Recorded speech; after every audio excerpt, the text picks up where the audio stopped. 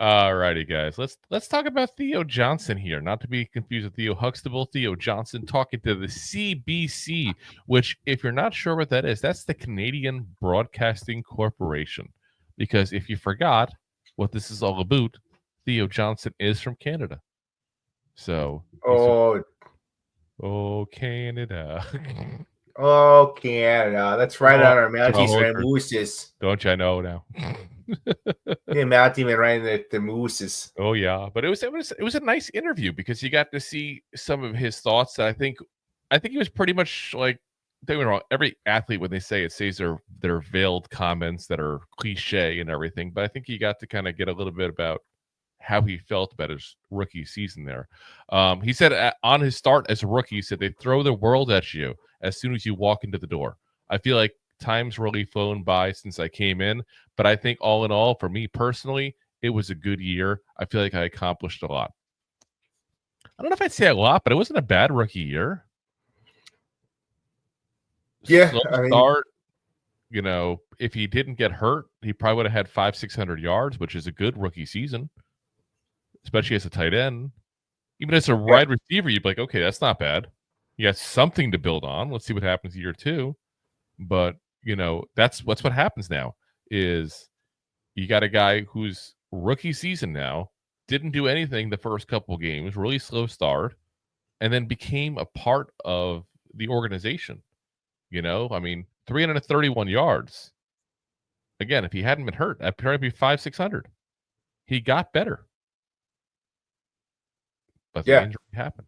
Can't ignore that part of it. But like I said, I think it's an interesting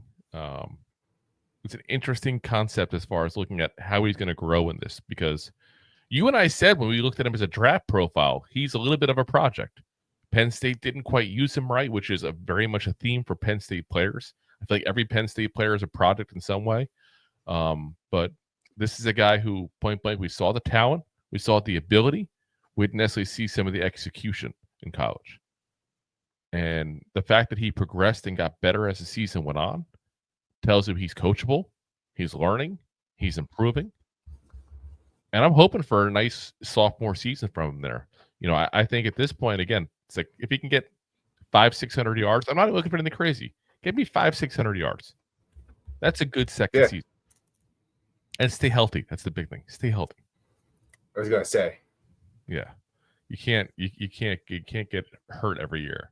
Not to say he's gonna, because he got hurt once, but we're Giants fans. We're used to people getting hurt. Talking about the 24 season, he said it's tough coming in every week and trying to put your best foot forward, and falling short is not easy. But it's hard to win games in this league. I think the struggles that we went through this year gave me a lot of learning opportunities. I'm going to take that in consideration this year and this offseason because I don't want to ever go through that again. That's about as nice an answer as you get. Because he's Canadian. Hey, I'm just saying, like, that's where we're at. Like, that's nice. Like, it was tough. Like, admit it's tough, because it is tough. I hate people like try to BS it. Like, yeah, that's tough. This sucks. Like, that's basically to said in a nice way. But I'm going to learn. We're going to be better going forward. That's classic and good as you get there. Talking about his injury, he said, I broke my fifth metatarsal in the Thanksgiving game against Dallas, so I had to have season-ending surgery on it. I'm doing great with recovery. I'm almost cleared and a few weeks out from being fully cleared. My rookie year came to an end, but I'm back in the right direction now. So, yeah, that's nice that he went ahead and, you know, got a chance to get healthy before the season starts then, too. Because that means his off-season programming won't be changing. You know, whenever you have a surgery, there's always a chance for potential setback. You know, we're seeing it now with J.J. McCarthy, for example, with the Vikings. He's had to have a couple surgeries.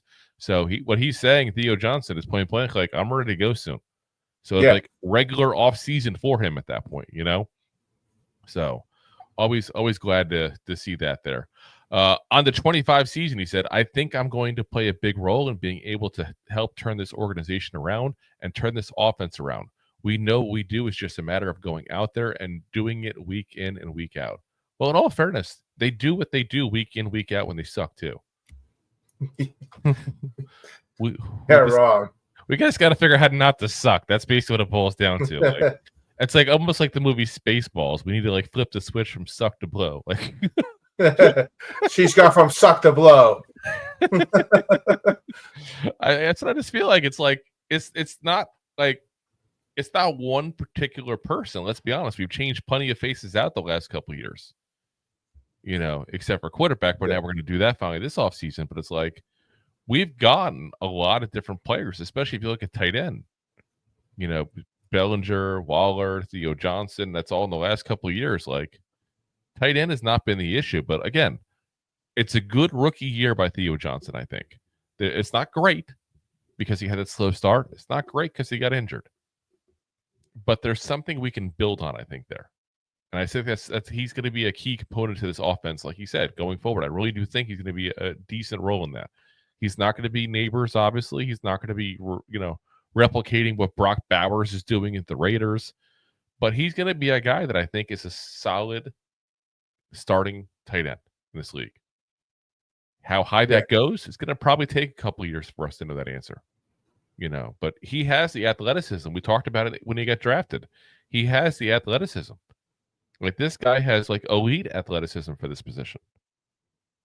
It's just a matter of can he put that together with the route running, with the blocking and all that kind of stuff to be an elite tight end.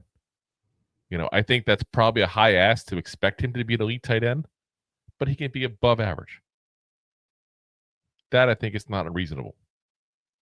Yeah, no, I agree. Like, not everyone's going to be out there and be like Travis Kelce of like 10 years of dominance, or like a Mark Andrews dominance, or Brock Bowers coming out his rookie year. Like you really don't see that. Do you know how confused Taylor Swift would be if there was multiple Travis Kelces? She had to write a whole new album, right? About each one. But I mean, you got tight ends over in like what's his face over in Kraft over in Green Bay has played very well. Oh yeah, like if you have a Kraft on your team, like that goes a long way. Yes, just got to keep this Kraft out of the massage parlors. Yeah, I say Robert Kraft. I'm just saying, different one. I've heard it's an issue. Kraft mac and cheese. I got the blues. If you like that clip, then you will love the full episodes too. Find us on your favorite podcast app and look for us on all your favorite social media platforms. Thanks so much. Please, I'm begging you. Please subscribe.